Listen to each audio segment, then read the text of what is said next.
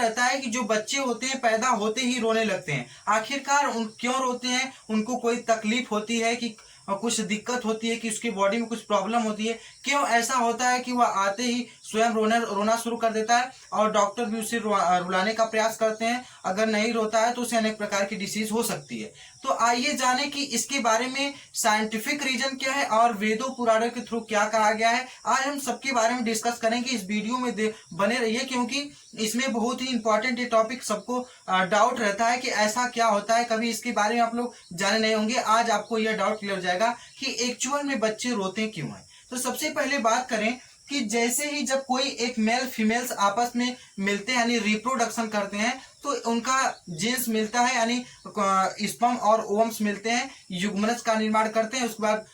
भ्रूण का निर्माण होता है, भ्रूण के बाद एक बेबी डेवलपमेंट शुरू हो जाता है। सबसे पहले यूटेरस में बात करें गर्भाशय में, सबसे पहले गर्भाशय में क्या होता है कि सबसे पहले गर्भाशय में क्या बनता है कि एक छोटा सा एम्ब्रियो के रूप में कन्वर्ट हो जाता है, यानी ऐसे से कन्वर्ट होगा, छोटा छोटा सेल्स बनेगा, यानी इस छोटे से फिर इस कंडीशन में आ जाता है वह बेबी। सबसे पहले उस बच्चे का क्या बनता है? सबसे पहले उस बच्चे का जो यूटेरस में यानी गर्भाशय में सबसे पहले बनता है हार्ट, ठीक है, यानी सारे ऑर्गन्स बनने की वजह से भी तब भी वह बाहरी इन्वायरमेंट जैसे वह सांस नहीं ले सकता, क्योंकि जीवित रहने के लिए सांस लेना अत्यंत आवश्यक है, तभी वह सांस नहीं ले सकता। लेकिन जब तक बच्चे को जन्म मतलब जब वह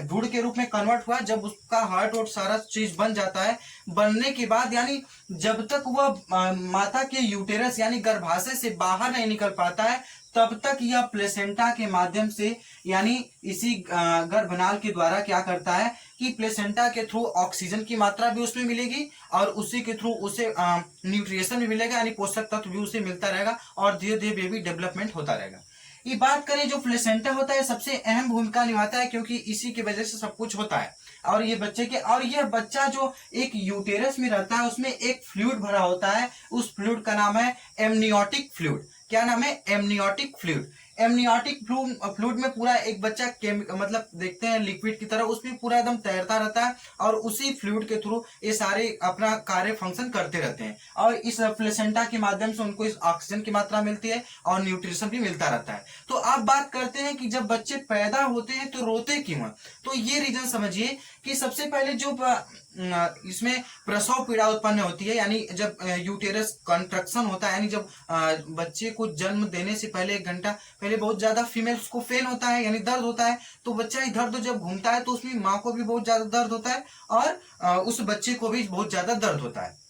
अब बात करते हैं जैसे ही ये बच्चा क्योंकि बड़े ही बहुत ही मुश्किल कंडीशन से बाहर निकल के आता है, बहुत ही कठिनाई होती है माँ को भी, और एक माँ को बच्चा पैदा करते समय लगभग बहुत ज्यादा पेन होता है, जैसे लगता है कि धरती फट रही है, ऐसे पेन होते हैं फीमेल्स को एक बच्चे को जन्म देने में। और वैसे ही दर्द होता है उस बच्चे को भी, क्योंकि वह कैसे कैसे आता है आप लोग देखे होंगे, ठीक है। तो अब इस बात करेंगे कि इनके आने जो ही बाहर निकल जाते हैं तो ये रोना शुरू कर देते हैं। एक्चुअल में रोने का ये रीजन है कि इन्हें रुलाया इसलिए जाता है क्योंकि जब ये एक झिल्ली से बाहर निकलते हैं तो इनका जो लंग्स होता है यानी फेफड़ा जो होता है उसमें ऑक्सीजन, अब जैसे अब अंदर फ्लूइड में था तब तो सारी प्लेसेंटा के माध्यम से मिलता था, और इसकी ये जब ही बाहर आता है तो उसको कट कर दिया जाता है, तो अब जब ही ये कट होता है तो इसमें ऑक्सीजन की मात्रा जाना बंद हो जाती है। तो अब क्या होता है कि बच्चा तेजी से रोता है, जब रोता है तो क्या होता है कि उसका लंग्स में जो लिक्विड भरा है, क्योंकि हर जगह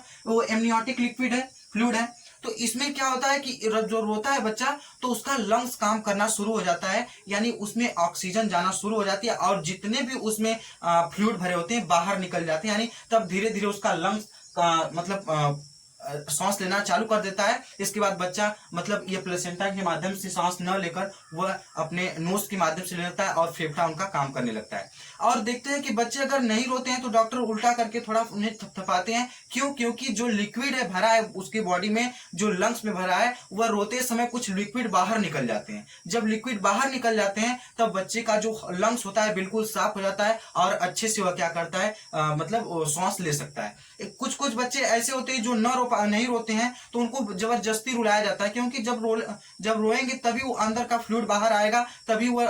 रिस्पायरेशन अच्छे ढंग से कर सकेंगे। तो यानी रोने का रीजन यही है कि जो इनके अंदर एमनियोटिक फ्लूइड है वह पूरी तरीके से बाहर निकल जाए और इनके जिसके यानी गर्भनाल के द्वारा सब कुछ पोषक तत्व जो मिलता था वो अब लंग्स के थ्रू यानी ऑक्सीजन किसके माध्यम से लेंगे, नोज के माध्यम से, और उनका लंग्स जो होता है काम करना शुरू कर देता है। इसलिए बच्चे को रोना आवश्यक है। ऐसा माना जाता है साइंटिफिक रीजन कि बच्चे के रोने से क्या होता है कि हेल्थी होता है और उसका ऑर्गन सब काम करने लगता है और धीरे धीरे वह इस इन्वायरमेंट में ढलना शुरू कर देता है। ठीक है, जो बच्चे नहीं रोते हैं उसमें और रीजन होते हैं क्योंकि फ्लूइड अंदर ही रह जाता है, रिस्पायरेशन ढंग से नहीं हो पाता है, तो अनेक प्रकार की डिसीज हो सकती हैं। जैसे आप लोग देखते हैं अधिकतर बच्चे बार बार, छोटे बच्चे क्यों बीमार होते हैं, क्योंकि उनका इम्यून सिस्टम बिल्कुल स्ट्रांग बहुत वीक होता है, इसलिए ज्यादा बीमार पड़ जाते हैं और इस वातावरण में यानी इस इन्वायरमेंट में ढल नहीं पाते हैं, इसलिए उनको ढलने में थोड़ा सा टाइम लगता है, इसलिए छोटे बच्चे देखेंगे अधिकतर बीमार होते हैं। तो रोने का रीजन समझ में आ जाओगे आशा करते हैं। और ऐसे ही मतलब अब कई कई क्रिश्चियन लोगों में अलग अलग जातियों माना जाता है कि जब बच्चे को जन्म होता है, जैसे वेदों पुराणों में बताया गया है कि जब बच्चों का जन्म होता है तो बहुत सारे प्रेत आत्माएं उन्हें आकर मतलब पकड़ती हैं, ऐसा लगता है, तो ऐसे डर के रोते हैं। तो अब जो भाई जो लिखा है वो तो हम भी पढ़े देखें ऐसा है, लेकिन जहां तक साइंटिफिक रीजन हम मानते हैं कि यही सही है, क्योंकि वेद पुराण में जो लिखा है तो लिखा ही है, अब उसको हम जान ही सकते हैं। लेकिन रीजन, साइंटिफिक रीजन क्या निकल के आता है, क्योंकि उसके लंग्स को काम करने के लिए ज्यादा रिस्पॉन्सिबल होता है, इसलिए उसे बच्चे को रुलाया जाता है और वह रो देता है अपने से, तब तो और अच्छा, क्योंकि अंदर के सारे फ्लूइड बाहर निकल जाते हैं। तो इस बच्चे के रोने का रीजन यही होता है। आपको आशा करते हैं कि वीडियो जरूर समझ में आएगा। अगर अच्छा लगा होगा तो प्लीज लाइक करें, कमेंट करें, सब्सक्राइब करें और लोगों तक शेयर करें, ताकि सभी लोग इस वीडियो से मतलब इस नॉलेज से परिचित हो जाएं कि एक्चुअल में वो बच्चे रोते क्यों। ठीक है, नेक्स्ट वीडियो में नेक्स्ट टॉपिक के साथ मिलते हैं, तब तक के लिए थैंक यू सो मच।